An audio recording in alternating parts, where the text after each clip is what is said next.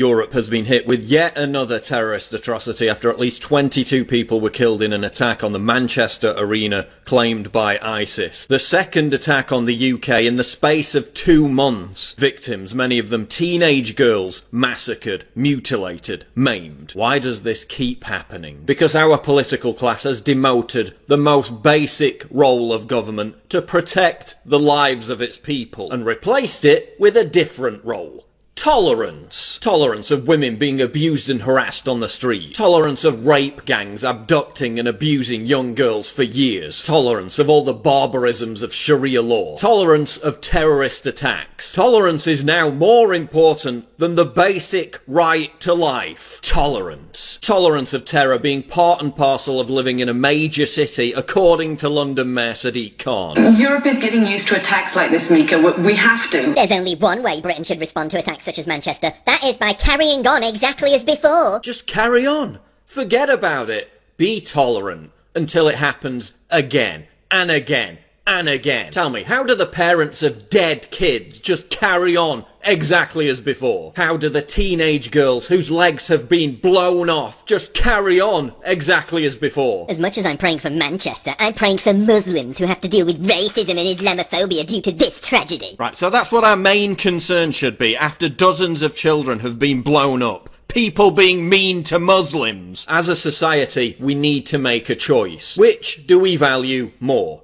Protecting the feelings of Muslims or preventing our children from being blown up? Muslims are to blame, when in reality Muslim taxi drivers are offering free lifts and a Muslim doctor working into the night saving lives. Yeah, the fact that some Muslim taxi drivers are offering free lifts doesn't negate the fact that Islam has a problem with violence, you utter moron. Islamophobia and sickening fake news is rife. Tonight is showing a lot of people to be vile humans. Yeah, vile humans follow a belief system that justifies massacring teenagers at a pop concert. Should we concentrate on stopping them or be more angry at inaccurate tweets? Seeing all the posts about Manchester just reminds me of how we only notice it if it happens to white people. Right, so the main complaint should be all those disgusting white people demanding attention for being slaughtered. How dare they? And in these times of our children being blown to bits by terrorists, it's vital to point out the real danger. Katie Hopkins' offensive tweets. Being angry at Tommy Robinson. That's more important. I've come to realise that a lot of this hashtag pray for whatever concern signalling is worse than glib. It's repugnant narcissism. People who see something horrible happen in the world, and they run to the internet, and they run to their social media, their Facebook, their Twitter, whatever they got, and they all write down the exact same thing. My thoughts and prayers. My thoughts and prayers with the people in Aurora. My thoughts and prayers with the families in Boston. Do you know what that's worth? Fucking nothing. Fucking less than nothing. Less than nothing. You are not giving any of your time, your money, or even your compassion. All you are doing is saying, don't forget about me today. Your thoughts and prayers count for nothing. CNN's Jake Tapper posting a Union Jack. Hey Jake, I don't recall you posting a Russian flag when all those innocent people got blown up in the St. Petersburg subway last month. Was political correctness to blame for one of the accomplices in the attack escaping detection? This eyewitness says she spotted a woman acting suspiciously and told security, but they did nothing. It looked very suspicious. She was fidgeting all the time with a bag on the floor across her. She was by herself. What was she doing? She was looking in the direction of where the explosion actually happened all night and smirking to herself. The suspicious individual was hard to understand, suggesting English wasn't her first language. The woman who reported the incident was then lectured for making the suspicious individual feel uncomfortable. How would you like it if someone accused you of this? We'll look into it.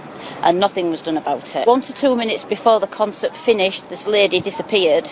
And then, of course, the explosion went off. Is she suggesting that security did nothing because the suspicious individual was Muslim and to ask her to leave would have been politically incorrect. We'll never know. What we do know is this. Almost certainly, nothing will change. There are things we can change. Mass surveillance of hate-preaching mosques. Solitary confinement of individuals who are likely to radicalise others in prison. Extreme vetting and strict quotas on Muslim immigration. Deporting known terrorists. Prosecuting NGOs who send out boats to rescue unvetted migrants, some of whom sympathise with or are members of ISIS. But again, nothing is going to change because we have a political class and a culture that deems hurt feelings to be of more concern than mangled, dead children. 90% of terror victims are Muslims killed by other Muslims. This is the culture we're importing. Just 34% of British Muslims would inform police if they knew someone was getting involved with ISIS. 32% refuse to condemn those who take part in violence against those who mock the Prophet Muhammad. 1 in 4 British Muslims believe that the 7/7 attacks in London were justified. ISIS fighters are returning from Syria and flooding into Europe en masse under cover of the refugee wave, and European countries are welcoming them in. Because tolerance! This is tolerance. This is diversity. This is the future our leaders have chosen for us. But we have a choice. We have hope. Don't let them tell you not to be angry.